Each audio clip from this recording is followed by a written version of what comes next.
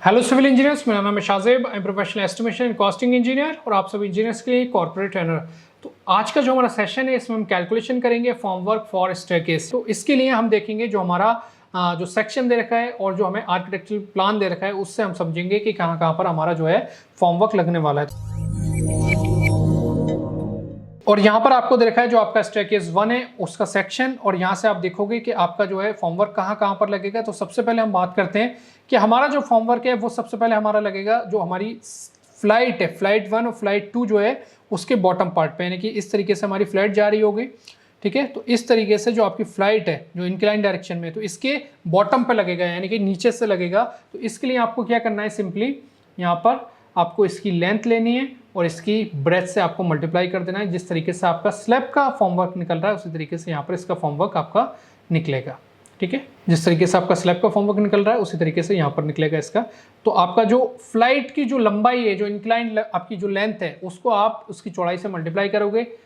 Already हमारे पास dimensions हैं, हम कैलकुलेट कर चुके हैं। जो हमारी लेंथ इंक्लाइंड वो हम ट्रायंगल वाले फॉर्मूले से कैलकुलेट कर चुके हैं, तो आपको बार बार कैलकुलेशन नहीं करना है किसी भी डायमेंशन के लिए। डायमेंशंस आपके पास हैं। आप जब एक बार कंक्रीट की डायमेंशंस को कैलकुलेट कर लेते हो, उसी को डायमेंशंस को आप फॉलो करते हो जब आप फॉर्मवर्क का कैलकुलेशन करते हो।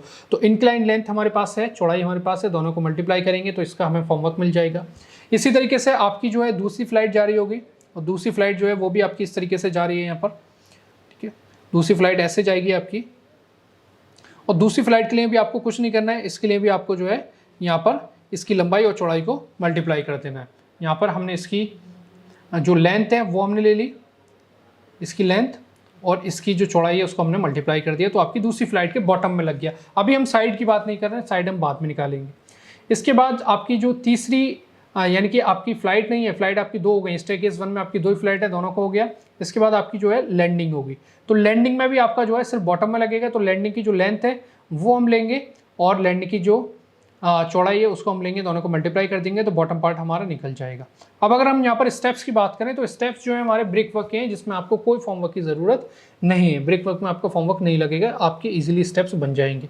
लेकिन जो कंक्रीट का पार्ट है, तो कंक्रीट का पार्ट में आपका फ्लाइट 1, फ्लाइट 2 और लैंडिंग है। इनमें तीनों में आपको नीचे फॉर्मवर्क लगाना है। इसके बाद आपका जो फ्लाइट 1 और फ्लाइट 2 है इसमें आपको साइड फॉर्मवर्क भी लगाना है, लेकिन आपका जो लैंडिंग है इसमें आपको साइड फॉर्मवर्क लगाने की ज़रूरत नहीं है, क्योंकि वहाँ पर आपके जो बीम्स है साइड्स है वो आपके इसको कवर करेंगे। ठीक है, तो यहाँ पर हमें साइड जब लगानी है तो साइड के लिए हम क्या करेंगे, यहाँ पर हमारी जो लेंथ है, ठीक है, इस लेंथ को हम यहाँ पर मल्टीप्लाई कर देंगे इसकी थिकनेस से। यहाँ पर अगर हम इसको जूम करके देखें, ठीक है, आप इसको जूम कर लो थोड़ा सा, और यहाँ पर आप अगर साइड में फॉर्मवर्क लगाते हो तो आप यहाँ क्या करोगे, आप इसकी लेंथ लोगे पूरी जो आपके पास लेंथ है, और इसकी जो थिकनेस है उससे आप मल्टीप्लाई कर दोगे तो आपको साइड फॉर्मवर्क मिल जाएगा। तो एक वेस्ट स्लैब में 2 साइड लगेगा, 2 वेस्ट स्लैब में आपका 4 साइड लगेगा। तो इस तरीके से यहाँ पर फॉर्मवर्क एरिया आप कैलकुलेट कर सकते हो। ठीक है, अब यहाँ पर हम आ जाते हैं, हमारे पास जो डेटा है वो हमें एक्सेल में पता है कि हमारा स्टेयरकेस उसकी फ्लाइट 1 की डायमेंशंस क्या है, फ्लाइट 2 की क्या है और लैंडिंग की क्या है। तो यहाँ पर हम आते हैं एक्सेल में, और एक्सेल में आके हम देखते हैं यहाँ पर हमारे पास फ्लाइट 1, फ्लाइट 2 और लैंडिंग की डायमेंशंस हैं ऑलरेडी। ठीक है, तो ये हमें कैलकुलेशन करना है। अब यहाँ पर हम देखेंगे कि हमें यहाँ पर जो फॉर्मवर्क निकालना है वो किस तरीके से निकालना है, बाकी मैं बाद में आपको एक्सेल में बता दूंगा। तो यहाँ पर हम बात करें ST1 फॉर्मवर्क, ठीक है, स्टेयरकेस 1 का फॉर्मवर्क, और यहाँ पर हम बात कर रहे हैं सबसे पहले बॉटम फॉर्मवर्क फॉर आपका फ्लाइट। ठीक है, तो फ्लाइट 1 और फ्लाइट 2 का आप एक ही साथ निकाल सकते हो। तो यहाँ पर आपको क्या करना है, आपको लेंथ लेनी है, और लेंथ आपको कौन सी लेनी है, देखो फ्लाइट 1 की लेंथ क्या है 3.89 और फ्लाइट 2 की लेंथ क्या है 3.35। तो दोनों में चेंज है तो आप अलग अलग तरीके से निकालोगे। अगर दोनों सेम है तो आप एक बार में निकाल सकते हो। 3.89 मीटर इसकी लेंथ है और 1.5 मीटर इसकी चौड़ाई है। तो यहाँ पर हम क्या करेंगे, फ्लाइट 1 के लिए जब निकाल रहे हैं तो 3.89 मल्टीप्लाई बाई हम यहाँ पर करेंगे 1.5, तो आपको ये मिल जाएगा बॉटम। ठीक है, इसके बाद फॉर F2 फ्लाइट 2 की हम बात कर रहे हैं, तो यहाँ पर हम क्या करेंगे, फ्लाइट 2 की जो लेंथ है वो आपकी 3.35 है, 3.35 और मल्टीप्लाई बाई 1.5, यहाँ पर आपको बॉटम मिल गया फ्लाइट 2 के लिए। इसके बाद हम निकालेंगे बॉटम लैंडिंग के लिए। ठीक है, इसके बाद हम निकालेंगे बॉटम लैंडिंग के लिए, और यहाँ पर हम क्या करेंगे एरिया निकालने के लिए, यहाँ पर हम लैंडिंग की जो लेंथ है जो कि आपकी 3.1 metre multiply by 1.2 metre, 3.1 into 1.2, यहाँ पर आपको बॉटम का लैंडिंग मिल गया। तो बहुत सिंपल है ये, आपको बस बॉटम निकालना है। उसके बाद साइड की जब हम बात कर रहे हैं तो साइड हम निकालेंगे, साइड फॉर F1 फ्लाइट 1 जो है हमारी उसका साइड निकालेंगे। तो यहाँ पर फ्लाइट 1 की जो साइड निकालने के लिए आपको लेंथ लेनी है 3.89 और इसको मल्टीप्लाई बाई कर देना है आपको थिकनेस से जो कि आपकी 150 mm है 0.15। तो साइड फॉर F1 हो गया, लेकिन 2 साइड लगेगा आपका तो मल्टीप्लाई बाई 2 आपको उसको करना पड़ेगा। फ्लाइट 1 और फ्लाइट 2 दोनों में दोनों साइड का साइड फॉर्मवर्क लगेगा, दोनों साइड से ऐसे। इसके बाद साइड आप निकालोगे for F2, side for F2। Side for F2 जब हम निकालना है तो यहाँ पर एरिया निकालने के लिए हम क्या करेंगे, हम F2 की लेंथ लेंगे 3.35 और मल्टीप्लाई इसको करेंगे इसकी थिकनेस से जो कि आपको दे रखी है 0.15 और इसको भी आप मल्टीप्लाई बाई 2 कर दोगे। तो ये सारा आपको जो है ये आपको मिल गया फॉर्म वर्क एरिया। इस तरीके से आपको निकालना है। पहले बॉटम निकालना है फ्लाइट 1 के लिए, फिर आपको लैंडिंग का बॉटम निकालना है, फिर आपको फ्लाइट 2 का बॉटम निकालना है, फिर फ्लाइट 1 का दोनों साइड निकालना है, फिर फ्लाइट 2 का दोनों साइड निकालना है। तो ये फॉर्म वर्क लग रहा है, बहुत ही ईजी है, इस तरीके से कैलकुलेशन होगा। ठीक है, तो ये हो गया।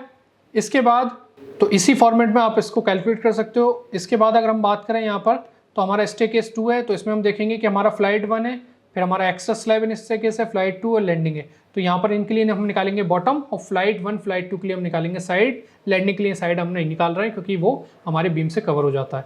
इसके बाद हम निकालेंगे स्टेयरकेस 3 के लिए। तो यहाँ पर हम देखेंगे 3 हमारी फ्लाइट है, तीनों फ्लाइट का बॉटम निकलेगा, तीनों फ्लाइट का साइड निकलेगा। फिर लैंडिंग 1 लैंडिंग 2 का बॉटम निकलेगा, साइड इनका नहीं निकलेगा। और एक्स्ट्रा स्लैब जो हमारी प्लिंथ लेवल पे, इसका हमारा फॉर्मवर्क नहीं लगेगा। जो हमारा डायरेक्टली प्लिंथ लेवल पे कास्ट हो रहा है उसका फॉर्मवर्क नहीं लग रहा है। ठीक है, साइड इसकी लगेगी। और इसके बाद एक्स्ट्रा स्लैब जो है फ्लोर लेवल पे, इसके लिए बॉटम लगेगा और इसका साइड आपका नहीं लगेगा क्योंकि वो बीम से कवर हो जाएगा। बीम से कवर कैसे होता है वो मैं आपको यहाँ पर दिखा देता हूँ। अगर आप यहाँ पर देखो प्लान, जो आपका फ्लोर प्लान है, फ्लोर प्लान में आपको यहाँ पर देखने को मिलेगा कि आपका जब स्टेयरकेस बनेगा, यहाँ पर आपको फ्लोर प्लान में देखने को मिलता है कि आपका जो स्टेयरकेस है उसकी जो लैंडिंग है, तो ये आपकी लैंडिंग है। यहाँ पर आप देखोगे ये आपकी लैंडिंग है, लेकिन ये आपकी देखो चारों साइड लैंडिंग लेवल पे ये बीम आ रहा है और लैंडिंग लेवल पे जो बीम है वो चारों बीम इसको कवर कर रहे हैं। तो यहाँ पर आपका सिर्फ जो आपका बीम है लैंडिंग लेवल का, उसमें फॉर्मवर्क लगता है, स्लैब में नहीं लगता है क्योंकि वो चारों साइड बीम से कवर हो जाती है। तो इस तरीके से कैलकुलेशन होगा। बाकी फॉर्मेट आपका एक्सेल का वही है, जिस तरीके से बाकी जगह हमने फॉर्मवर्क निकाला है उसी तरीके से यहाँ भी फॉर्मवर्क निकलेगा। तो अभी मैंने एक्सेल में इसको नहीं निकाल रखा है, मैंने आपको बता दिया किस तरीके से इसका कैलकुलेशन हो रहा है। ठीक है, तो इस तरीके से आपको इसका कैलकुलेशन करना है। तो आई होप यहाँ पर सारी चीज़ें आपको अच्छे से समझ में आ गई होंगी। तो आज के सेशन के लिए बस इतना ही, मिलते हैं नेक्स्ट सेशन में। Thank you so much.